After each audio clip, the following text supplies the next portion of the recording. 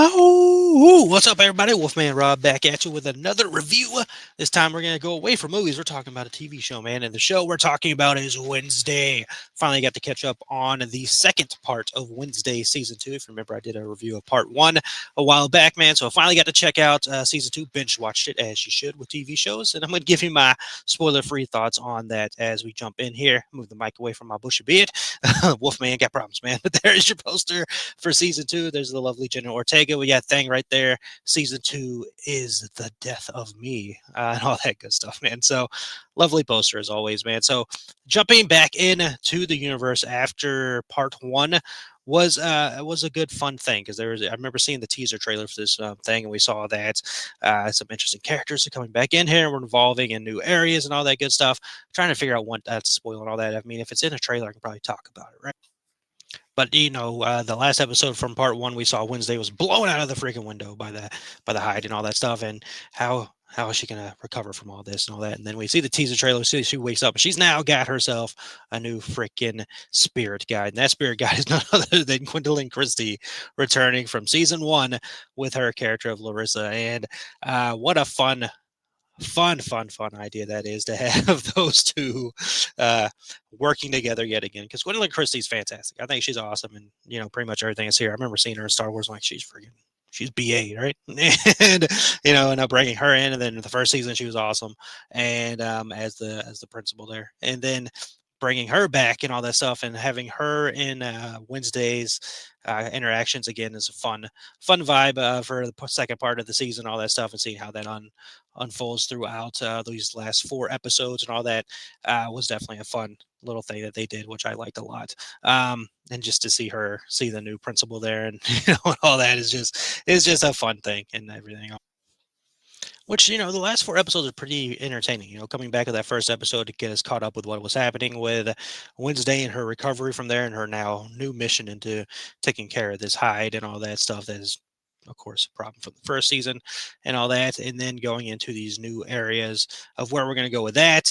What's cool, we have a Freaky Friday-ish type of episode in this season as well, which is pretty entertaining. I mean, the last four episodes I think were very entertaining for me.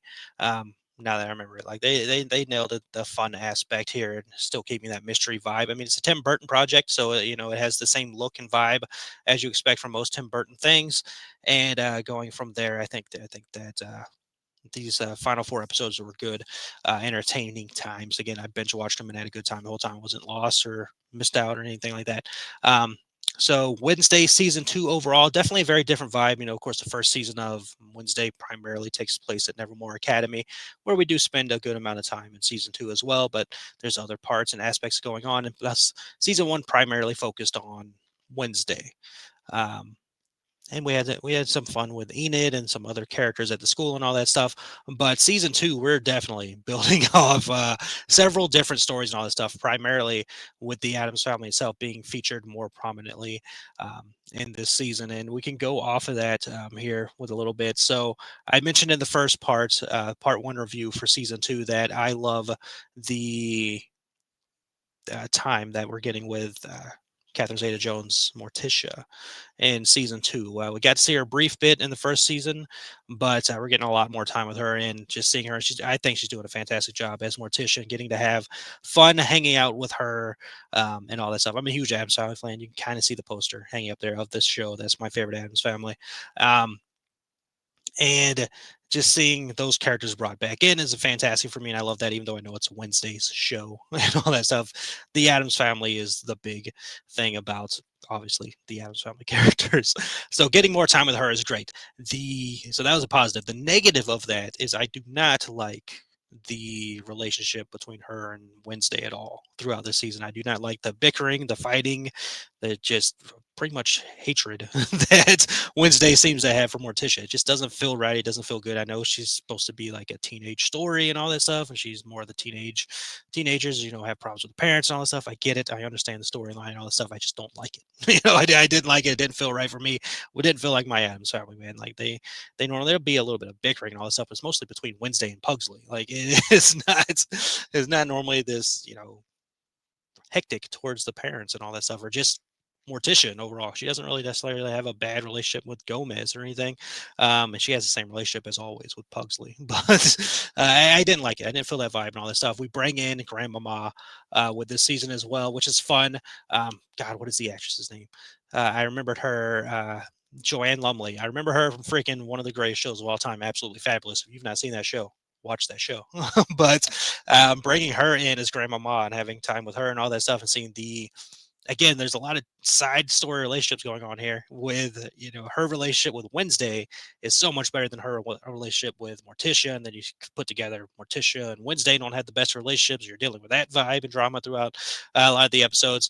Could be a problem and all that stuff, but I thought it was pretty, it was okay. Again, I don't like the battle between Morticia and Wednesday throughout the season, but um, adding Grandmama into it and all that stuff was interesting and all that. And again, of course, she's not an Adams; she's a frump, but Grandmama being back is fun. So that aspect's in there. Gomez, nothing against Louise. I think he's good and he's fun. He has some fun with Gomez, but Gomez is a little more charismatic and a lot more energy and all that stuff going on. He's still fun, don't get me wrong, and all that stuff. And then Pugsley, we're spending a lot more time with Pugsley. He's now at the school as well. Not the biggest fan of that. Not into it. Yeah, I wasn't feeling it. Anytime he came up, I'm like, ah. Like there was a moment during the show where I was like, meh. It was during Pugsley stuff, and I'm not talking about the actor or anything like that. That's not the aspect. He's doing what he's doing, but like I didn't care. Like I really didn't care about the Pugsley side story. I know it connects to the overall story with the freaking character that he's involved with and all that stuff. But talking around myself, not spoiling anything. But I wasn't into it. Like I could honestly care less about that side story. Like that was one of the side stories I wasn't interested in. Complete opposite, love Enid. Like since season one, I've been a fan of Eden. It's not just the fact that Wolfman Rob, haha, she played a werewolf character, all that stuff. It's not just that, man. I like what Emma Myers has done with that character. I like to see how they're fleshed it out to more interesting aspects of what's going on with her, especially with the werewolf inside of her and the transforming and all this stuff and the battle that she's going through with all that. Again, not gonna spoil what's going on with her, but there's stuff going on with the battle inside of her and all the stuff. I liked that. I thought that was interesting. And again, I've liked that character from season one. So I liked the stuff we got in there. I could deal less with the romantic aspects and all the stuff. I'm glad they took that away from Wednesday in season two. Let's take that away from Enid and stuff and all that. Let's focus on those two and their character building and them dealing with what they're going through and all that stuff, which kind of seems like where they're probably going with season three, which has already been announced. All this stuff is probably the aspect of where they're going with, which I'm fingers crossed hoping that's what they do because I don't care less about the romantic stuff. New character they added in that I was a fan of and I liked and thought was a very fun character was, I want to make sure I get her name right, Evie Templeton plays Agnes. Agnes is a fun character throughout the season. She's Wednesday super fan. She stands Wednesday, right? That's the word that we're using these days. It means completely something different now than it did with freaking the Eminem song where it came from, but that's the word we're using now for it.